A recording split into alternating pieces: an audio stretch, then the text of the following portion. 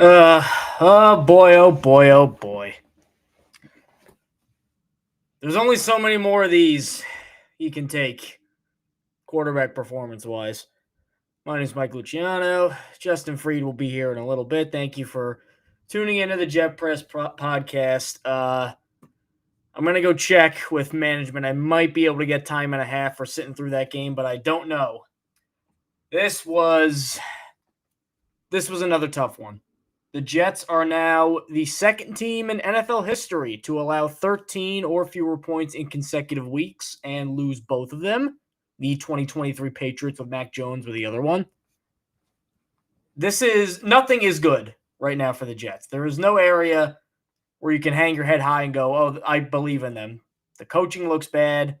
Quarterback play, obviously, a mess.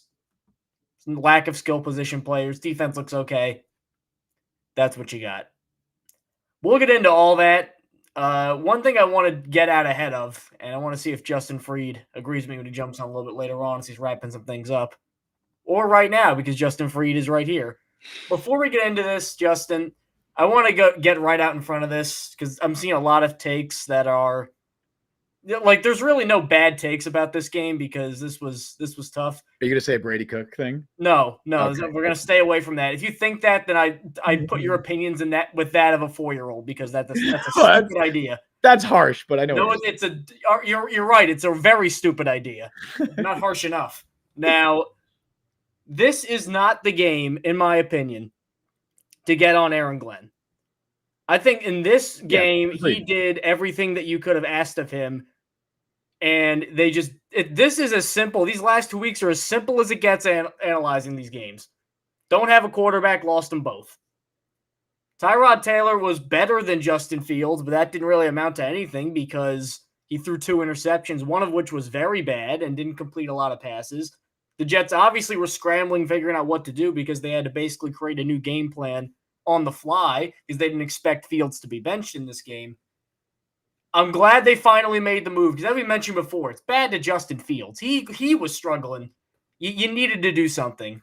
Taylor obviously did not perform particularly well, but that's 2 weeks in a row now where the defenses look good and 2 weeks in a row where you could honestly say as a Glenn defender, they just don't have a quarterback. They just don't have enough offensive talent to compete with anybody really in the NFL. The last 2 weeks have been nauseating. They've given me at least a little bit more confidence that if they get a guy in the draft, that possibly it could turn around because these last 2 weeks have literally just amounted to they don't have a quarterback, so they lost. But that doesn't make it a better viewing experience because watching this game, again, you feel for the defense because they did everything that they had to do. You're perfectly satisfied with 13 points. I don't really think they had one bad drive, and even then there was a couple plays that were a little fluky in there. I really don't think you could shake a stick at the defense or Glenn or Wilkes. Engstrom didn't have his best game, but you try calling plays for any of these quarterbacks right now. Yeah, I mean, I'll echo what you said about Aaron Glenn. I don't think this is – I've been very hard on Aaron Glenn over the last week and a half because of his press conference answers, and I'm still very on the fence about him as a head coach given his performance this year, but I don't think this was necessarily a bad Aaron Glenn game in any way. I mean, I think that they should have made the quarterback change before this week. I'm happy they at least made it eventually. It was, I mean, dude, if they had to make it last week, they had to make it this week after that performance from Fields in the first half. It was virtually the same as what you got in Denver, except you were doing this now instead of against the Broncos defense, where you can at least hang your hat on and say, oh, this is, the best defense in the NFL. We said it. This was probably the worst possible defense Fields could have played for what he does. But that wasn't the case this week. He was playing a Carolina Panthers defense that ranks, I think, 29th in defensive EPA going into this week. I mean, it was as inept as he was last week, pretty much. So you could argue worse because you don't have the level of competition. I know we didn't have Wilson. This team needs Garrett Wilson. Yeah, yes, they do. Yes, they do. Oh my goodness, Mike. There were plays to be made out there that some wide receivers were just not making them. Even like the underthrow to Allen Lazard. Lazard could catch that. He can absolutely make a better play on that ball. Arian Smith in the end zone. I know it was knocked away. If he high points that ball, like a better receiver makes that catch. Even like the Reynolds interception, that was not a good throw from Tyrod. One, he led him too far inside. Probably shouldn't have been thrown in the first place. I think a better receiver makes a play on that ball and at least prevents the interception. So the Jets receivers were obviously not good in this game. Tyrod Taylor comes in the second half. he's bad. Like, no one is going to sit here and try to argue he's that he's a veteran backup. He's what you want as a veteran backup, but he's may have to start a good chunk of games now. He's a veteran backup, and I think it is abundantly clear to anybody. It should be abundantly clear to anybody who watched that game, despite the interceptions, unless you were box score watching. Tyrod Taylor is clearly the best quarterback on this Jets roster. As a passer right now, there's no comparison. And even outside of that, like, what's Fields been doing as a runner these last few weeks? Not much. Not much. You got the same escapability, roughly. Honestly, even more escapability with Taylor, because Taylor knows when to bail sooner than Fields. Fields wouldn't bail. Fields would sit there and get hit. Can we talk about how they basically ran an air raid in the second half? Dude, okay. I'm glad. This is my big, like, because what the fuck else we're going to talk about? Like, Tyrod Taylor isn't good. Okay, cool. How are we going to analyze that? Justin Fields is bad too. Okay, cool. Right. Doesn't matter for the future team. What does matter to me is that we've been fairly complimentary of Tanner Engstrand to this point, saying, hey, he's doing the best with what he's got. I think that he's been put in a rough situation, especially with Justin Fields as quarterback. And I don't think he's necessarily called the best games for Fields. I think they've really asked him to be more of a drop back passer than they probably should, given his limitations. But besides that, I don't think he's been terrible. This was his worst performance, in my opinion. Like, yes. The Jet. I put this but a tough situation. Granted, I don't care, man. No Wilson, no backup quarterback. I tweeted this out. I put it in our Slack channel too. The Jets called 23 consecutive passing plays to end the game.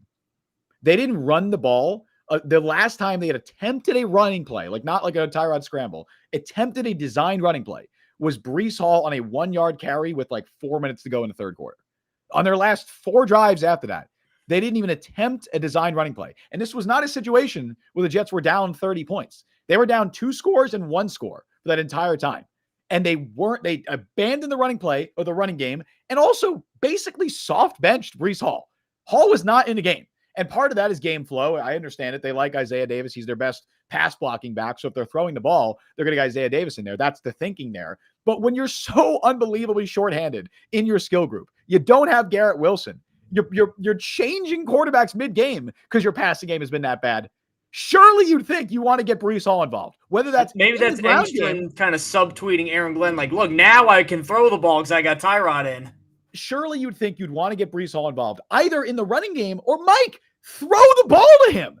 You want Isaiah Davis in the backfield as a pass blocker? Fine. Breece Hall, you're telling me Breece Hall isn't a better package, option? 2 running backs. Right. You could have multiple running back packages, or you're telling me Breece Hall isn't a better receiving option than some of the guys you got out there. Literally get him the ball in space, see what he can do. Because you're gonna have more success or more chance of success doing that than whatever the fuck else they were trying. So I will be very critical of Tanner Engstrand because I do not think this was a good game plan. I think that even with when Fields was in there, I thought they did not do anything to get him outside the pocket, get him moving. Obviously, Fields sucked, and like there's only so much you could do. But I definitely don't think they set him up for success. They just continuously had him drop back to throw, and they're asking him to be Jared Goff. That's not what he clearly can't do that. He can't even be Justin Fields right now. We mentioned that last week. Like, I think Engstrand tried his very best to meld some sort of Justin Fields-y offense, and I just think he kind of ran out of gas. I think he's like, look, I need a drop back guy. I need a Jared Goff. Like that. I think that's what he's screaming with how he called the game with Tyrod. Welcome to Florham Park, Fernando Mendoza. That's all. If that's who you want. Now you've come around on him. Well, and look, if you want the Jared Goff in your offense, you go Mendoza. Like that makes sense. I like Mendoza. I wasn't low on Mendoza. The Dolphins being this bad is scary to me because I feel like some shenanigans are going to happen late in the year.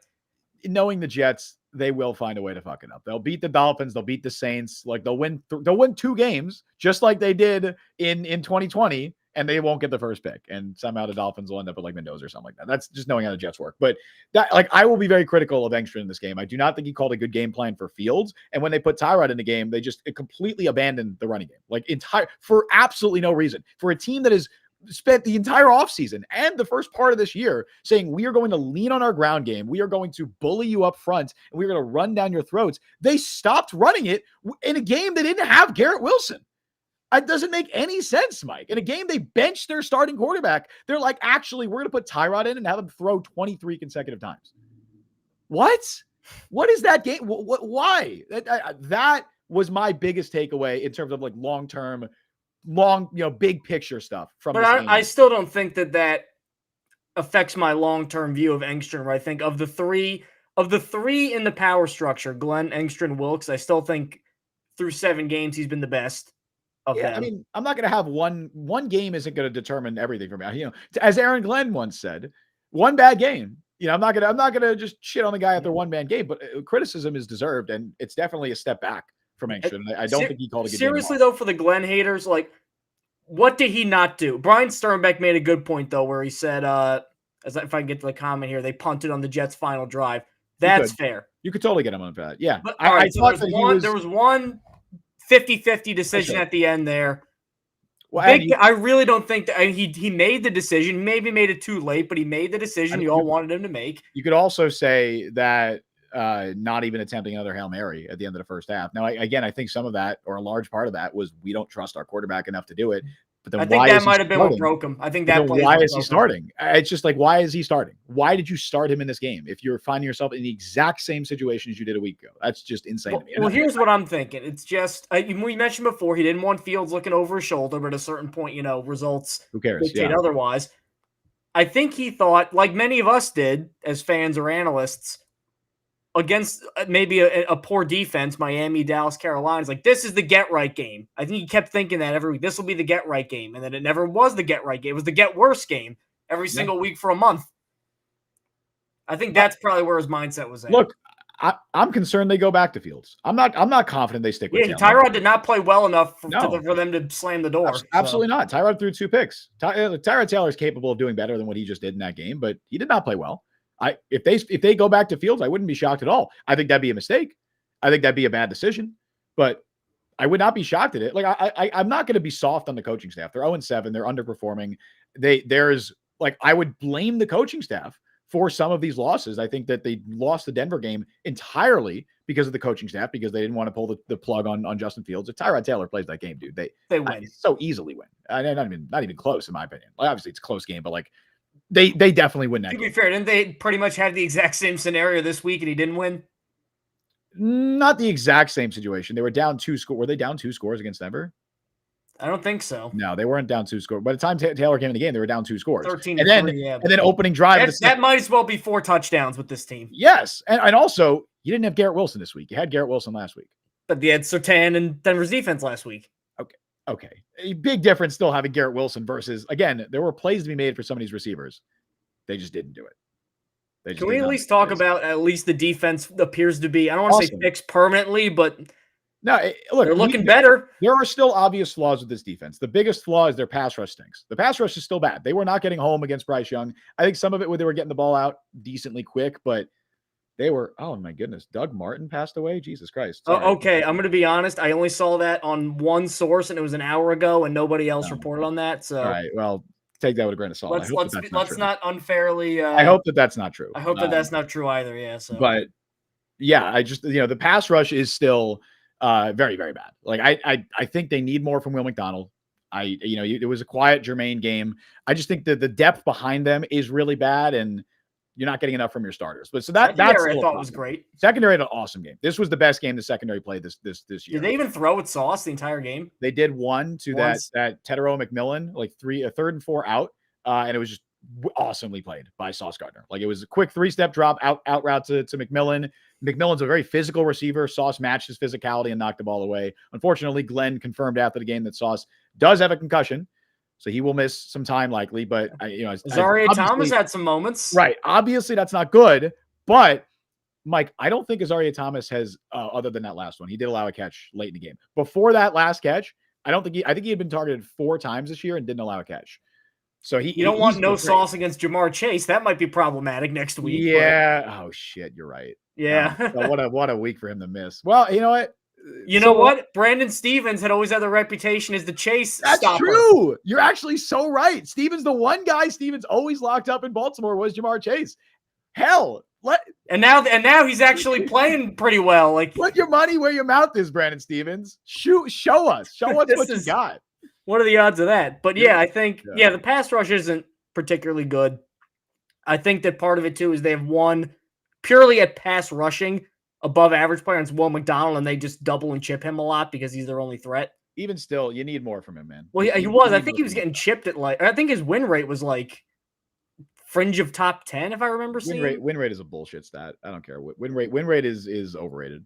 It's an overrated stat. Especially after unless it's offensive line pass blocking for Justin Fields. Because there's a lot of win rates there, and he takes a lot of sacks. Wanted to check some, by the way, Justin Fields. So I'm checking some preliminary PFF grades. Justin Fields, lowest graded player on the roster. No shock there. No surprise there. Will McDonald, second lowest player in the defense, behind only ahead of Francisco Mauigoa. Who's high? Oh, Mauigoa was really? Huh. Yeah. Again, it's early, but yeah, the coverage is what they got him for. Yeah. He had a couple of plays in coverage. Quinnen, awesome game. Quinnen, 8 tackles, 5 run stops, 3 pressures. He's so good. Fantastic game for Quinnen Williams. He's Who so else good. was up in the higher ranks? For offense, Tyler Johnson. Sure. Had a couple of good catches. Might be wide receiver 1 if Carrot's out now. Nobody else really for the offense. Olu apparently graded out well. Olu graded out well as a pass blocker, so that's nice to see. Again, it's early. These could still change. Membu graded out well as a pass blocker. I do think the pass blocking was good in this game. Also, shout out Membu for getting in on that fight after that extremely dirty hit as well. Titman got in there as well. I love to see the offensive line doing that. On defense, Sauce graded out well. Michael Walker, I thought, had a couple of nice plays. Jawan Briggs, AZ Thomas. Actually, defense graded out extremely well. Not that we should be shocked. Like Sherwood, Stevens, Phillips, even McGregor, Malachi Moore. Briggs had a couple plays. Briggs had a sack. Malachi Moore had a really nice play in coverage. When he knocked the ball away. Malachi Moore is immediately an obvious upgrade over Tony Adams. No shock. But, we said that at the time. Like, even if he's not like an obvious upgrade in other areas, just the energy that he's bringing is going to be better than what Tony Adams was putting out on tape. And I'm glad they made that change. The defense has looked significantly better since Jermaine came back and since they made the switch to Jarvis Brownlee and Malachi Moore. Michael Carter probably going to be back next week if he's not traded. I know the Jets said this week that they might consider splitting reps. You can't. Brownlee is such an upgrade. It's not even funny. Like such an obvious upgrade. Also such a much better fit for the defense they're trying to run. Emotional guy too. He's always chirping. All this press man, and I believe it is confirmed, by the way, Doug Martin has passed away. That's really unfortunate. Oh no. That is really, really sad. Oh. Dang, man. Dang, the muscle hamster. Shit, that's terrible. That is really terrible. Unfortunate. Rest in peace. That is shit. You want to get to the comments? Yeah. Or do you want to do a Brady Cook discussion and then comments? No, I think we'll get to the Brady Cook discussion in the comments because I saw a couple of comments about him. All right. Jeff, again, they're doing the usernames, not the regular names. I wish I could change that, but I can't. There are a few wins remaining on the schedule. Probably because this was one of them. They're probably going to mess it up. Like, yes, they will win games. Like Tyrod Taylor will have a game where he throws for 350 yards against the Saints or something like that. And they'll blow their chance at the top pick. Because that's many quarterbacks stay in college under threat of being drafted by the Jets? 0. No, that's not 0, 0, 0. Vinicius Cristello, same old Jets will win 3-4 games and draft 6. 4 wins getting you 6th would be brutal. I think they're going to get 3 wins and pick like 2nd or 3rd. That's what I think happens. Tanner Engstrand deserves more hate. Not overall. This week, yes. But not overall. No, but I think this was a very bad Tanner Engstrand game. 23 consecutive passing plays and soft benching your best offensive player is crazy. Like, where is he on the Mike LaFleur index of not his fault? I think I would have LaFleur ahead of him right now. I would have just this week. I thought was very, very bad, and I don't get it. I don't understand the thought process of you're without Garrett Wilson. Your best offensive player is Breece Hall. Like, and I've said on the show, I don't think Breece is like this transcendent talent, but I think he's very clearly your best offensive player, right? I don't think that's even close. That he's your best skill player. Soft benching him and throwing on 23 consecutive plays with your backup quarterback is unbelievable to me. That's indefensible. I'm going to be honest. There's a lot of comments like this. We're putting a moratorium on anything Aaron Rodgers. I'm just not even going to. I don't want to talk about that. Can't even discuss it. And not in like, we were like, it's stupid to even think about that. It's a pointless discussion. It's pointless. They were never keeping him. He caused a lot of his problems. They were never. Yeah. We could have Aaron Rodgers right now, and then Garrett Wilson's on a different team because Garrett Wilson would ask out. So, and then they'd have 2 wins? And you're destroyed your cap space for the next year. And you have 2 wins? Cool. Great. Great game plan right there. And he's beefing with the new coaching staff. Yeah, that's great. 100%. Imagine the vibes in this team if Rodgers was still here. Oh my God. Dude, if Rodgers was still here, they'd be trying to win. Like they'd be like, the goal going into this year would be playoffs. That would be the thought. Would be, hey, we got to compete for a championship. That would be the goal. There's no other reason to bring Rodgers back. So if you'd be like 2-5, right, with Rodgers, and what would the vibes be? Like, how terrible would this shit be, man? You show me this team being like 5-2 right now with Rodgers. Prove to me that'll happen. Prove to me, somebody. No shot. The team's not good. Okay, so from now on, moratorium on Rodgers. Yeah. Delonte, I'm shocked we bench Fields. That only makes sense if you have a competent quarterback. Not necessarily. Well, first of all, it doesn't. Yeah, you could bench him. The way Justin Fields is performing, Tim Boyle could have been a backup, and I still would have been like, yeah, they should probably bench him. But they do have a competent backup quarterback. Tyrod Taylor is a competent backup quarterback. He did not play particularly well today, but he is absolutely a competent backup quarterback. Show Delonte again. Show me Cook play. Oh my god, no, play all the rookies and tank hard as fuck. If we're gonna bench Fields. Let's have the Brady Cook combo. I'm not as hard. We'll just fire Glenn now if you're gonna start Brady Cook and say win games. I think we will reach a point this season where it might make sense to play Brady Cook. I'm not discounting that possibility. If Tyrod is playing and he stinks, maybe you go back to Fields and he stinks as well, and it's late in the year and it's like, well, you know what, Brady Cook is doing some good things in practice. Let's see what he's got. I think you can justify that at a certain point.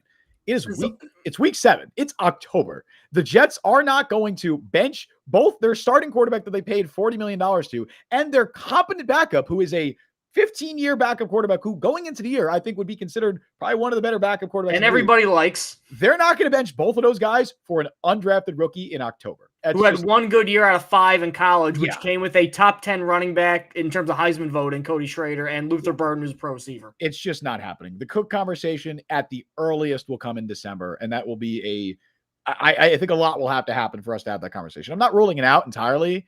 It's not happening now. I understand the sentiment. I understand Jets fans being like, well, it doesn't matter if Tyrod's playing at all. Like, who cares? Because Tyrod's not part of the future. You got to win some games, man. Right. You have to win some games. You have to.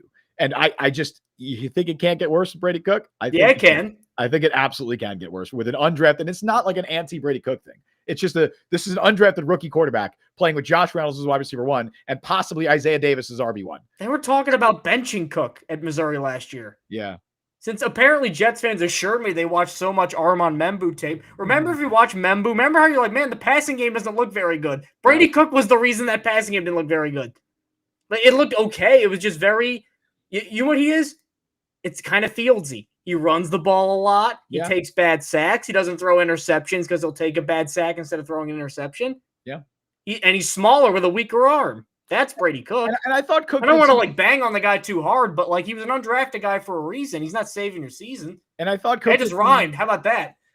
There you go. Hell yeah. Reason and season. How about that? I thought Cook did some good things in the summer. I thought he had some good games there, good performance in the preseason. But we are not at a point, and nor should we be at a point where the Jets have any considerations of putting Brady Cook in this game, or even elevating him to QB2. Like, it's clearly Tyrod and Fields for the foreseeable future.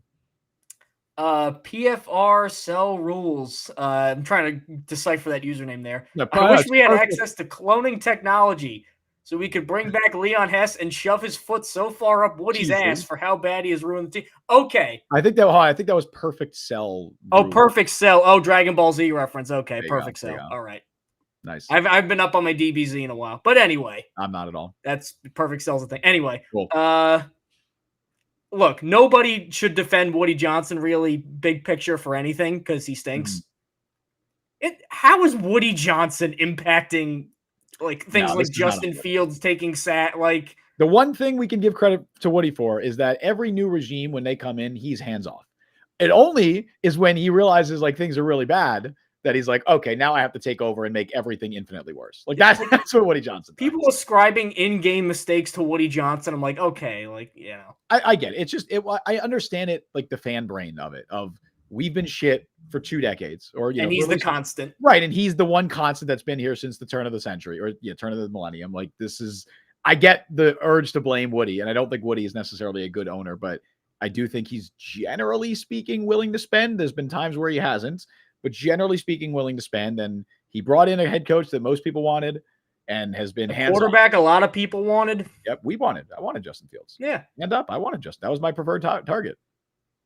Didn't work out. Yeah, we're dumb, I guess. Yeah, I liked him too. So, Mike Zimmelman, at least us fans in New Brunswick got a preview of potential QB1 Dante Moore yesterday. Another one. Breathe a little bit. Still love Mendoza. The QB class, it's looking pretty decent, Mike. Well, Sellers regressing was surprising. I don't even know if Sellers comes out, dude. I don't think he should. I do think he'd be number 1 with a bullet next year, though.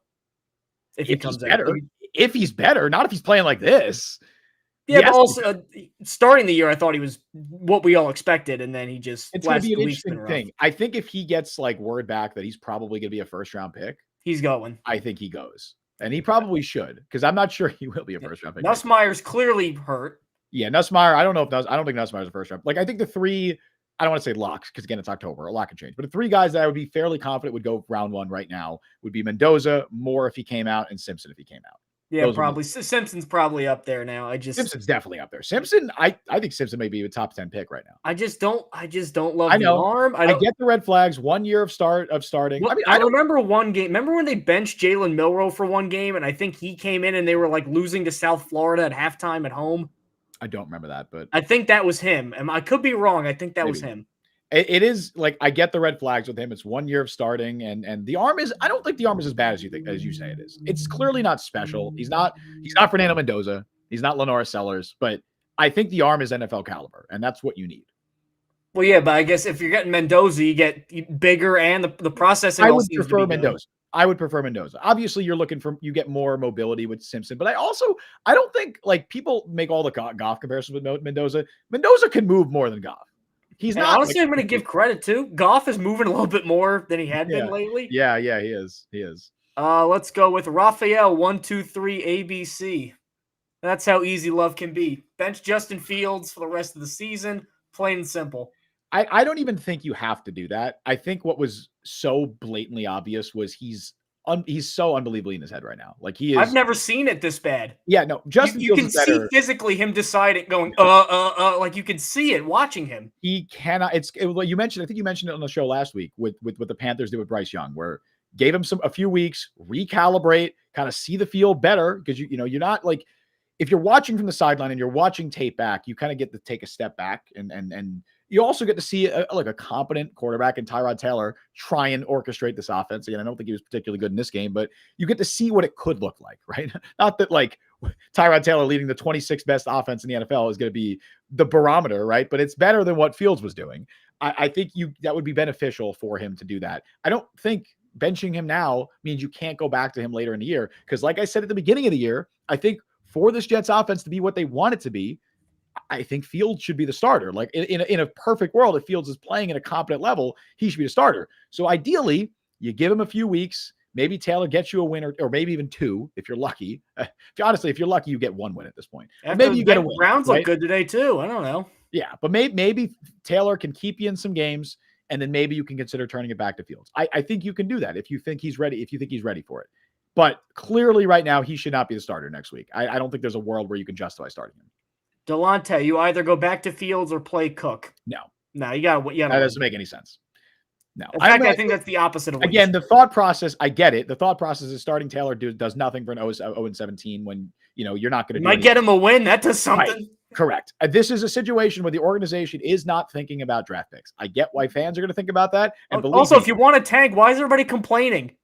Right. Well, if you want to tank, believe me, I'm team tank when it calls for it. Last year, when nothing fucking mattered and everyone was gone at the end of the year, I was team tank.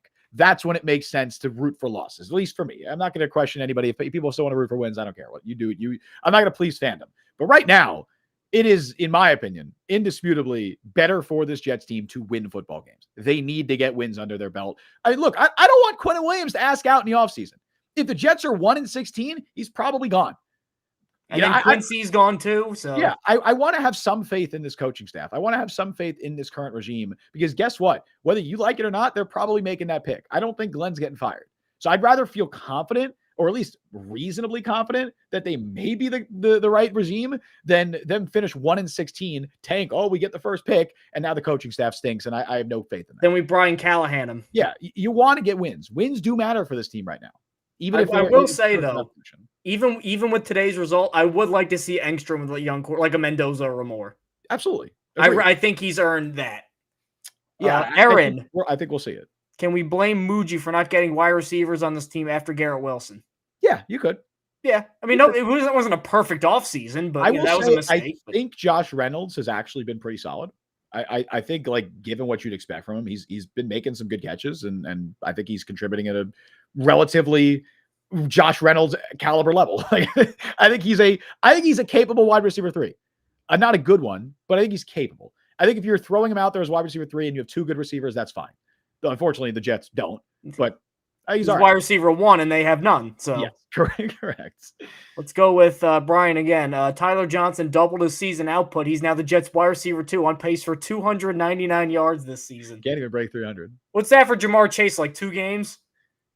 Yeah, Puka Nacua as well. Josh Reynolds on pace for 245. Alan Lazard on pace for 97. Arian Smith 58. Hey, we're getting there. We're getting there. Slowly but surely. It's a committee. It's the Kellen Davis tight end. As a combined committee, all other Jets wide receivers might combine for 900 yards this year, maybe 800. Brian Glick, is the ship slowly turning, like in a positive direction? I think I think Glenn has been better than he normally has been, but if I'm going to be forced. If I'm going to be forced to be optimistic here, because I no part of me feels optimistic right now, and I don't think any Jets fan would fault me for that, right? If we're forcing optimism, I think the positive takeaways are the defense has played really well the last 2 weeks, and it's been because of defensive personnel changes you've made of guys who will and should be part of the core moving forward. Jarvis Brownlee, Malachi Moore. I know there's rumors about Jermaine Johnson being traded. They should not trade Jermaine Johnson unless they get a very good haul for him. Look at this defense with him and without him. Yeah, I think Juwan Briggs has made some nice plays. I think Harrison Phillips should be around here next year. That he should stick around, and I thought he's played well. Brandon Stevens. I think Brandon Stevens obviously he's playing up to his contract, right? I think Brandon Stevens is playing up to his contract these last 4 weeks, which we got to give him. Yes, you got to give him that. That's better than I thought he would do. Significantly better. I think you've seen, you had a really good game last week from Francisco Mauigoa. I think he's maybe an NFL caliber linebacker. That's something. I think Sherwood has been better. I think there have been signs from the defense that are encouraging. Offensively, yeah, it's not much. The offensive line, I still very much believe in the offensive line. I believe in nothing else. I think they have 2 good tackles. I know that Fashanu's had his ups and downs this year. I'm not concerned at this point about his long-term future in New York. I think they have 2 good tackles in Fashanu and Membu. I think there are building blocks. The quarterback play is debilitating. That's number 1. The quarterback play is debilitating. The overall you want to rerun an old show and it's the same sort of, I know. ADR the names in the overall passing game is debilitating. I think if you are looking ahead to next year, right? Because what's the point? They're 0-7. Who cares about this year? If you're looking ahead to next year, the optimism you're taking away is, okay, I think they will address wide receiver in the offseason. I think they signed somebody. So you probably have Garrett Wilson and a capable wide receiver 2. Maybe you bring back Reynolds as your wide receiver 3, and maybe, God forbid, you get something out of Arian Smith. And then you have Mason Taylor, I think, is an NFL caliber tight end. And you have a decent... That was a good pick. And you have a good offensive line. And you insert a rookie quarterback into that situation, I think he can do okay. That's not the Titans. Or whoever, right? I think that's all right. And then defense, if you keep Quinnen, that's a big if, but if you keep Quinnen, you have Sauce, you hopefully have Jermaine. You could add a couple of pieces there. You have a couple of young guys and Jarvis Brownlee, who I like, Malachi Moore, who I like.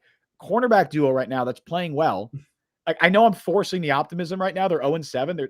There isn't this much optimism. This is not as bad as the Gase team. Gase team had nothing. No, this roster's not terrible. They're better than 0-7. There's stuff to get excited about. You just can't get too excited because they're 0-7. They're better than 0-7. The roster's better than 0-7. That's a backhanded compliment if I ever heard one. Yeah, this is the best 0-7 team I've ever seen, Mike. Let's go with Brian Glick. More Brees ASAP, and it would be 500% worse with Brady Cook. Agreed with both. Yes. I spent the last couple of weeks saying I don't think Brees is a transcendent talent, and I think you should trade him. But God damn it, man, while you have him, how the hell are you not making him a focal point of the offense when Garrett Wilson's out? You know what? I was always wondering, how are they going to run an offense with Isaiah Davis, RB1? They're just going to throw the ball 50 times. That's true, fine. Yeah. This week, Brees had 11 carries, 30. I'm really curious to see the snap count because Brees obviously out-touched Isaiah Davis, but I'm very curious. I really think it was roughly the same. I think they've almost split it 50-50. Mustard overlord. Guys, I got to be honest. I'm thinking about how we're going to ruin Mendoza or Sellers. Jet's brain is terminal. How could you not? How could you not think that? It's very understandable. I don't want to see Sellers on this team. If the Jets got I don't think Sellers could. There's a world where Sellers easily works. It's just he would not work with the Jets right now. Correct. I think there's 16 other teams right now where he could work very well. Yeah. Not this one. If you're a South Carolina fan, you do not want to see Lamar Sellers go to the Jets. Mendoza, I think could work here. Moore, what do you think? What about Moore? I think he could. I think I don't know. It's so curious because I think I would say is less mobile than Mendoza. I feel like he can move. He just doesn't do it much. Like I don't think he's like a terrible athlete. That Oregon offense too is so tough to evaluate. It for is. quarterbacks. Will Stein is. They get the ball out so quick and so short. There's a lot of open receivers too. Like I would almost say it's better for Dante Moore to go back for another year. But if he's going to be a top 10 pick, he's not. You got it. Yeah. Right. And there's a lot of potential there with Moore. Like the arm talent is very impressive. I think he's a smart player. Again, it's hard with that offense, but I think he's a smart quarterback, and he's only 20 years old, dude. He's gonna be 20. When does he turn 21? Does he turn 21 before week 1 next year? I don't know. Or more. No, Moore's 20 right now, so I guess he will. Right, he turns 21 in May, but he's gonna be 20. True freshman at UCLA. I think he like reclassified to. Yeah, he's gonna be 20 on draft day. Like that. There's a lot to like there about Dante Moore. I still would lean Mendoza QB1 right now, and again, I just think he fits the offense Engstrom is trying to run right now. Like he really does. When was the last time the Jets won? Latin quarterback Mark Sanchez. So maybe Sanchez to Mendoza. Maybe USC. Mendoza. He went to Cal, so we can count that for Indiana. Just keep the knives away from him. Oh my goodness, that was a crazy situation. Or I guess it's Sanchez. No, keep him out of. He just beat with his bare fists. That's right. He just went wild. Sanchez doesn't want the knives near him is the problem. Yeah, keep him away from bars. Imagine waking up from a coma and there's a handcuff on your bed. Like, that's what happened to him. Yeah, he was drunk as hell when he did it too. Who knows what he remembered? I got an ad for some podcast I didn't know he was doing with Fox. I'm like, what a great time to see this ad. I don't think he's doing that podcast. Yeah, it's inactive right now. I'll put it that way. Live from Indianapolis State Penitentiary. Oh, and he's got to be in jail there too. Oh. Brian Sternbeck, Brady Cook is probably Jake Fromm without the memeable name. Yeah, probably. He's an undrafted rookie. Like expecting him to even be a backup caliber is a lot. Like I don't even know if he would be that. As we get the Justin Fields Hospital to. Oh, yeah. That's for Garrett Wilson a couple of weeks ago. Yeah, geez. So we got Brandon R. talking about Woody. There are other cronies under him that hold sway in the organization. He isn't the reason that we are crap this year, though. That I think's true. Jaime Elhai, anyone? What the hell does he do except get sexual assault or sexual harassment lawsuits? Yes. Right? What does he do? Mustard Overlord. I think the one thing we can blame Glenn for, is not benching Fields before the game. It would have given him a better chance. Yes. It would have been better for Fields. Mid-game benching sucks. Yeah. In the game, though, I don't think he did anything wrong. I think he finally had his breaking point. Do you think if they start Tyrod in this game, do you think they win? It's not clear because I also think they win because I think that they would like Tyrod was asked to throw 23 straight times. He's going to throw a couple picks if he's doing that, especially if you're asking him to take shots downfield. Like I think if you actually ran the balanced attack they were trying to run early in the game, but with Tyrod out there and you have a threat of a passing game, you're in a much better position. And Tyrod's not down 2 scores when he comes in. I don't think Tyrod played well, but. Yeah. James Hutzler, is this the worst Jets team of the century? No, 2020. 2020 is worse. Like they have a worse roster. 2020. 2020 is a worse product. Were the vibes worse? Yeah, probably. But it was vibes also going in this year. It's more disappointing. That year it's kind of like what the Dolphins are doing now with McDaniel, where you knew going in everything was foobar. That vibes were worse then because it was like, damn, we really want this quarterback to work out. We really want Trevor Lawrence, and it it was still Darnold. Like going in that year was like, man, maybe we could still get something out of Darnold. By the end of the year, everyone was like, okay, it's time to move on. Yeah. People forget Darnold threw more picks than touchdowns that year, and it was not like. Again, obviously he's a good quarterback as we've seen now, but he's killing it now. And I'm so happy. He was playing so badly; it wasn't just like, the play calling's bad, that's why he stinks stuff. It was terrible. Yeah. But if you want to point to any instance of a Jets team ruining a quarterback. Yeah, Darnold is the one. Darnold is the one where it's like, oh yeah, the actually not. I would say maybe Geno. No, it's Darnold. They gave Geno, I think, nothing. Darnold was throwing a Jermaine Curse. Geno was throwing to guys that were also on Jermaine Curse's level. Geno spent 10 years to develop into a good quarterback. Yeah, what? Jeremy Curley was his top receiver for years. He was still bouncing around for 10 years as a backup. It's not like it was only the Jets. Darnold was 2 before he broke out. For what, 2 years with Carolina? The Niners, Minnesota. He was supposed to be the backup, and then he break out. Right. Well, he spent so he was 2 years. It took 2 years for Darnold to break out with Carolina and San Francisco, and then he broke out with Minnesota. Geno took him 10 years, a decade. Mike Zimmelman, Louisville's Chris Bell would be a big addition to the receiver room on day 2. Hey, I if would he's like there on that day pick. 2, if he's there on day 2, absolutely. They need to hit on that because, again, no third-round pick this year because Hassan Reddick. They're probably not going to be in a position to draft like a Jordan Tyson. I bet Mekhi Lemon probably goes super high too. But I think right now Tyson, Lemon, and Tate are the round one locks. But then you got like a Denzel Boston. He's a fringe. You got Bell, I think, could be in that late, like those are Who's obvious. The dude from Tennessee who's like 6'6". Oh, Brazel, right? Chris Brazel, yeah. Yeah, Brazel. Like, I think one of those guys you could almost pencil in as like pick 33. That makes so much sense. I need to go Brazel Dazzle. That's all I want. That's Berman.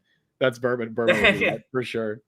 Vinicius Cristello. This is the dumbest thing I will ever say. That's a good way to prompt something that you're about to say. Awesome. Can't wait to hear it. But I would draft Mendoza and call Mike McCarthy. Oh. I mean, nobody in NFL history has better PR than Mike McCarthy. Yeah, I mean, why does a guy who won a Super Bowl and wins all the time never get any calls for anything? And he had to lie to get the Cowboys job. Yeah, he's doing nothing right now, right? He's doing nothing though. Yeah, and I don't even think anybody did. He even get any interviews this cycle? Not that I don't think he did. Not that I can remember. I might be wrong though. Cowboys actually look kind of okay with. They do. They shot him. I think Shotty's doing a good job given what he's got. But Edgar Ramos. He's still going to be in. What was that? McCarthy's still going to be in the coaching zeitgeist. Like he's going to be in the conversation in 2026. But I don't think the Jets are going to have. I've never seen him with like a bad quarterback though. Yeah, I just had Aaron Rodgers and Dak his whole career. I would be stunned if the Jets had a head coach opening.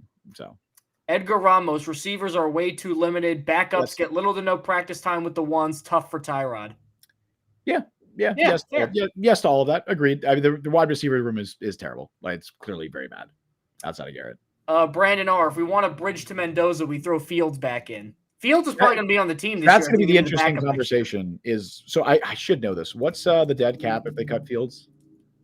It's in the 8 figures. It's not like Tua with $100 million, which that's a tough situation. Oh boy. Well, if they regular cut him, the $22 million in dead cap and $1 million savings. But if they post June 1st, it's feasible. Post June 1st, they only take on $13 million in dead cap and then push more to the future, but they save $10 million. So if they are going to cut him, probably going to be a post June 1st, I would imagine. I think it's more likely he's on the roster, but the backup. It's weird though, because if you're bringing in Mendoza, it's a completely different offense than you're running with Fields. Like they're so stylistically different. Taylor's a different offense. Taylor is a different offense. He is, but I feel like you can get away with Taylor running as a backup to Mendoza more than Fields. Just you'd have to completely change the offense if you put Fields in there. Where Tyrod, I think you can run the drop back passing offense. It's like the Colts when they had Anthony Richardson and Joe Flacco. Like, find me two more different guys. Or like the Ravens when you have Lamar Jackson and Cooper Rush. Oh my God, yeah. I don't understand at all. I will say this though: if they draft Mendoza first overall, he's starting week 1. I would be surprised if he's not starting week 1. I think he's a guy that probably could do it. I would like to see Fields after he leaves the Jets. I think he could have a very long career as either a Eagles or Ravens backup. Maybe. He can't be doing what he's doing now, but I think he's better than what he's been doing now. If the Jets were to draft like a Dante Moore, then I don't know if I'm as prepared to say that he should start week 1 as Mendoza. I think Mendoza can do it. Brian Sternbeck, you can reinsert Fields after the bye if Tyrod doesn't definitively earn the starting job. Sure. Yeah. That's totally fine. You give him 2.5 games essentially or 2.5 weeks, right? You gave him half this game next week and then the bye week. I don't know if I'm at I never want to see him again territory. I'm like, I just can't see him for like 3 weeks. Giants are up, by the way, 14-0 on the Broncos. They're good. They're doing well against that defense, it seems. Oh, come on. Oh, boy. Give me a break. Oh, boy. How's Dart doing? I don't know, but Scatabo just got a touchdown. Oh, come on. He's an idiot. Yes, but he's a funny idiot. 8 of 16, 163, 2 touchdowns. You can't get mad at that. I don't know I don't know how the yards are coming, but that you can't get mad at that day. Dang, man. Dart always works out for some teams. Dart might be the guy. Shit. Brian Glick. Yeah. Oh yeah, Justin. How? No. That might be a what? A pre-draft scouting miss. On Dart, yeah, I wasn't super high on him. Hey, look, they're running the Daniel Jones offense. What was that offense though? They're running this. I guess maybe it's. They're running. I was scared of it too, but they're running the Daniel Jones offense right now. Let's see what happens. Let's see long term what happens. Brian Glick, the Jets never stress the Panthers defense. Where is our week 1 offense? A complete mirage. Yeah. Week 1 is weird. The NFL in week 1 is wacky world. It is not the same as what happens the rest of the year. We see it every single year. We were fooled. We shouldn't have been. Joe Grana, Ty Robinson, I think he means Simpson, should be the pick over Mendoza. I assume so. Ty Robinson, Nebraska D tackle, right? Yeah, for the Eagles. Man, yeah. Actually pretty good. Yeah. Brian Glick, does the fire sale happen during the bye? Yeah, yes, because the bye is the week of the trade deadline. So yes. I mean, it might even happen tomorrow. I wouldn't be shocked if we get our first trade tomorrow. I think Quincy is supposed to start practicing this week. I think Samini reported that. So Quincy could get traded this week. Michael Carter is likely to be healthy enough to play next week. He could be traded. I mean, again, they basically just soft benched Breece Hall. So he could be traded this week as well. There's definitely going to be guys that I think could be traded as soon as this week. And also, it was Diana Rossini reported that the Jets are apparently making calls about acquiring a kick returner, which suddenly now feels more important because now Kene Nwangwu has a concussion. So how many kick returners are going to go through this year? Well, they've used 8. They've used 8 of them already. Should not be that hard. Let's get some more. Brian Sternbeck confirmed McCarthy got interviewed by the Bears and the Saints. Okay. That's right. You're right. I remember the Saints. He'll get some more interviews this year, too. Brian Sternbeck, the Jets will likely trade Fields in the offseason and eat around half his remaining dead money to get a day 3 pick swap. The degree to which they bungled the contract will be studied. It'll be interesting to see what his trade value is and what teams would be interested. I mean, the Ravens make a lot of sense, Mike, because they do not have a backup quarterback right now, and it's very clear. Like, with Lamar out, holy shit, is Rush. Oh, my God. Terrible. Cooper Rush is worse than Justin Fields. I agree. And also, that was one of those where it was like the Zach Wilson signing, where it's like, this is a terrible fit for your offense. Why are you making what is the signing? What is this? They have Tyler Huntley. Why is he not the backup? Huntley's a better fit. Like Huntley, Pro Bowl quarterback. Tyler Huntley. Right, Pro Bowler Tyler Huntley. That's interesting. What's going on now? Breece Hall just liked a very interesting tweet of mine. I won't put him on blast, but what's the tweet related to? Something about the soft benching. I don't think okay, he's gone. I don't think he's very happy about it. Thank you for your services, Breece Hall. Yeah, I don't think he's very happy about his usage. He's gonna go to the Chiefs and average 100 yards. He's gonna tweet out free 20 and they're gonna trade him. Yeah. They can't keep Fields with a rookie quarterback. They can't fracture the locker room with half support for one guy and half for the other. And there's next to nothing. I want the Jets' next rookie learning from Fields. Fields needed the Jets in the offseason more than they needed him. Yeah, well, if they find a way to get off Fields' contract by trading him. He just quote tweeted me, Breece. What did he just say? What did he say now? Let me look at this. Came back the next drive and saved the day for my QB, win some, lose some. Oh, because he quote tweeted a different tweet about getting blown up in pass pro. All right. I mean, that's a fair response. Yeah, that's a fair response. That's a fair response. What the hell were you thinking with that tweet, Justin? It was a valid. He absolutely got blown up in pass pro in that play. No, but I actually really like that response because that's not him being like, yeah, I didn't fuck up that play. He's like, no, I did, and I came back and made a good play. Good for. I like that. I like that response a lot. I mean, I think that if for a player like quote tweeting a critical tweet, that's a very mature response from him, and I appreciate that.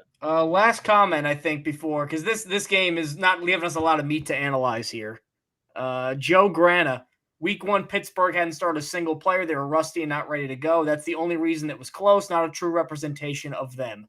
That's why the Jets look like that, he's saying, in week 1, and never again. Start a single player in the preseason.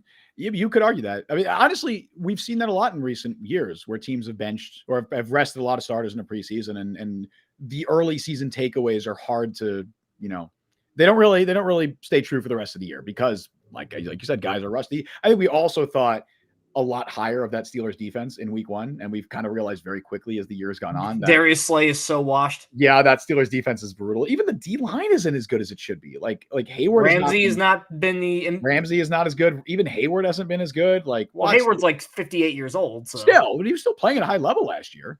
I haven't pro last year. He might have been. I don't know what Highsmith's doing, but I don't know if he's been that good. Watt, I think, has still been Watt. Watt, I get not you can work around TJ Watt, but like if teams key in on and Patrick Queen is ass cheeks, and somehow he was like top 80 player on the NFL top 100. That's insane. And Sauce wasn't. Give me a break. Yes, I know. Give me a break. Ridiculous. At the time, I was covering the Ravens. In addition to this, and nobody was upset to see him go. In fact, Fields, we always do the opposing fan test. Like, are fans of the team of the player you're acquiring? Yeah. Are they upset to see that player leave? Fields might be one of the few who failed that test because a lot of Steelers fans were pissed they let him go. It's true. Well, weirdly, Stevens is kind of Weirdly, Stevens has kind of proven that wrong a And little bit. Stevens, yeah, that was the other one. But obviously, like Brownlee and Briggs both passed that Phillips, test. yeah. Phillips passed that test as well. Yep. Stone Smart maybe failed it. So maybe it's not like... Were Chargers fans upset to lose Stone Smart? Yeah, a couple of them were. Yeah. Again, like one that by the way, you know through work was very upset. But Chargers fans, also the guy we know through work. Chargers fans hate Tyler Conklin. Oh, yeah, by the way. Yeah, they despise Tyler Conklin. Oh, my God. And I feel bad for him. Because Top 10 tight end Tyler Conklin? Is that what we're... Hey, man. He is very good at, like, two things. I think he's still a good receiving tight end. I think he's been a couple of, like... Don't tell the Charger fan we're thinking of that. I had a conversation with that Chargers fan very recently about it, and I think it's just been a couple of bad luck things that have happened with him. I think it was like a fumble. One, it was an unnecessary, it was like a block in the back on like a touchdown that wiped out a touchdown. So it's like, okay, yeah, it's bad, but also he's better. I think he's still a good player. They're down 20-3 right now, by the way, against the Colts. Chargers? Yeah. Damn, dude. Wow, are they just bad now? Holy shit. They got what happened? Isn't Alt back this week? No. That'll do. I think what happened to every year there's one team that starts off 3-0 and then just like I remember it was Miami, I think, last year. Yeah. Well, they just flame out. You know who their starting tackles are, Mike? Injured. I know Austin DeCalis was one of them. Whatever Harry Pott's name. Yeah, the guy who was with the Jets. Is Pipkins there still, or is he hurt? He is, but their starting right tackle is Bobby Hart. Do you remember Bobby Hart? No, he can't still be playing. Mike, he is. He hasn't played in a game in like 3 years. They signed him. He was like the worst tackle in the league for 3 years. He was the worst tackle in the league like 8 years ago. And somehow in 2025, he has resurfaced and is starting games for the Chargers. You wonder how certain guys stick around. Like, you wonder how he, No idea. He started for him last week. I don't know if he started for him this week, but he started at right tackle for him last week. Like we joke about Tim Boyle and stuff, but like you wonder at other positions too. Like, how come certain guys maybe have one bad year, they get injured, and then they're out of the league in 5 years, and some guys are just on practice squads forever. He is indeed starting. So he had not appeared in an NFL game since 2022. How old is Bobby Hart? 31, 32, 31. Oh my God, there was a different Bobby Hart who died a month ago. Almost. Oh, geez. Well, not him. Part of the Oh, he was in the Monkeys. Okay, that's who it was. Okay. Oh, Bobby Hart, by the way, he hadn't appeared in a game in 3 years. Started for the Chargers last week. Again, hadn't played for them, just started for them immediately and had a 37.7 PFF grade. So that is unbelievable. Wow. And he's starting again this week. He is indeed starting for them at right tackle. Consecutive weeks. Let's wrap up this edition of the Jet Press podcast. 0-7. We don't have a quarterback of the three on the roster. None of them are good. Whatever positives that have come in the last few, because there have been positives, oddly enough, they are nothing in the face of the negatives. Because Jarvis Brownlee looks good. No quarterback. Mauigoa looks good. No quarterback. Aaron Glenn looks better as a head coach. No quarterback. And that is defeating everything, Justin. So you want to sign us off on that very positive, optimistic. I always love how this is the commentary on fanboy culture. I always love how whenever a player will quote tweet something like that, so it's a critical tweet for me, which is a fair tweet. I thought that he got blown up in pass pro. The player himself isn't even disagreeing. And then all the replies are like, don't listen to him, Brees. You're the GOAT. He toxic ass fan base, all this shit. He doesn't know what he's fucking talking about. I always think that's so funny. Is that not funny? It is. It is quite funny. It's just. I think that's. It's hard. You got to really work to make me laugh after this game. This is. Unless Fernando Mendoza is coming. Yeah. If Dante Moore is coming, because I've actually come around on him a little bit. On Dante. Oh, okay. On Dante Moore. Okay. More than I have on Simpson. More than you have? Sorry. Yeah, because I always get nervous about the guys who are like average to bad or backups, and then boom, they're in top 10 discussions. I'm like, that's very quick. Zach Wilson.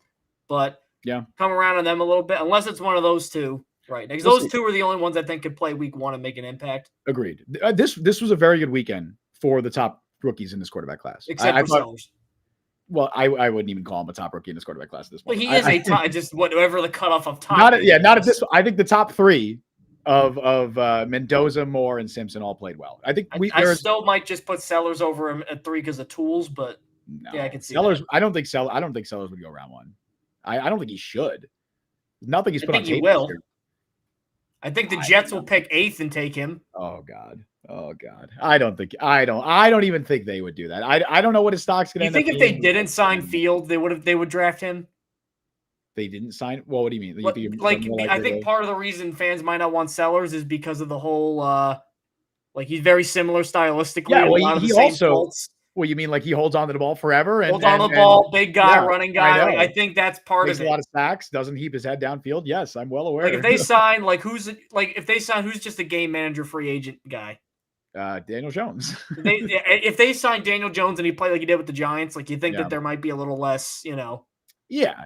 Well, I also think some of the people that want Sellers probably are looking at it as, oh, if we're going to keep Fields next year, which maybe I think this sentiment existed more 5 weeks ago than it does now. But it was more like, oh, maybe we can draft Sellers. We could run a similar offense. Fields can be the backup or bridge that gives way to Sellers. I think that was a thought. And I had that thought as well. Unfortunately, in those like 5 weeks, Sellers has tanked his stock, and as has Justin Fields. So Sellers is not like a running quarterback either. Too, he can, but it's not like he's just he's Anthony Richardson. Like it's a lot of no, it's not that bad. Anthony Richardson like could barely play quarterback, but they're like, if you figure it out, you've got an it's MVP. a lesser Richard. He's not the quite as freak of an athlete as Anthony Richardson, which like nobody is. I've never seen anybody tools up here, production down here quite like Anthony Richardson. So Josh Allen, like Wyoming and rookie year is close. And how many busts are going to be in the wake of that trying to get the next Josh Allen? Well, might add another with how many bad head coaches are going to try to be the next Dan Campbell? That's what also Jets fans might want. Woo! Well, we hopefully won't find out, but yeah, man, I don't know what to say about this team at this point. They're bad. They're 0-7. We'll be back on Wednesday. Somehow. Talking more about this team. We'll probably find ways to make it to have fun. Maybe we'll do a little draft talk, Mike. Maybe we'll start the draft talk. Had more reps. Yeah, He did. He might have more reps than Richardson still has had because he barely. He's going to be like Trey Lance now, where he'll keep getting jobs. Like he's barely played. Like it's kind of the exact same situation where it's like these guys clearly needed so much work, and neither of them has gotten like really any opportunity to succeed in the NFL, which is unfortunate. They've been one last one from Brian Sternbeck before we sign off. I'm not out on Glenn yet. If they're winless entering December, I'm rooting for losses. That's fair. Yeah. Like if they're 1-10 or 1-11, then yeah. And a quarterback needy team is near them, then yeah.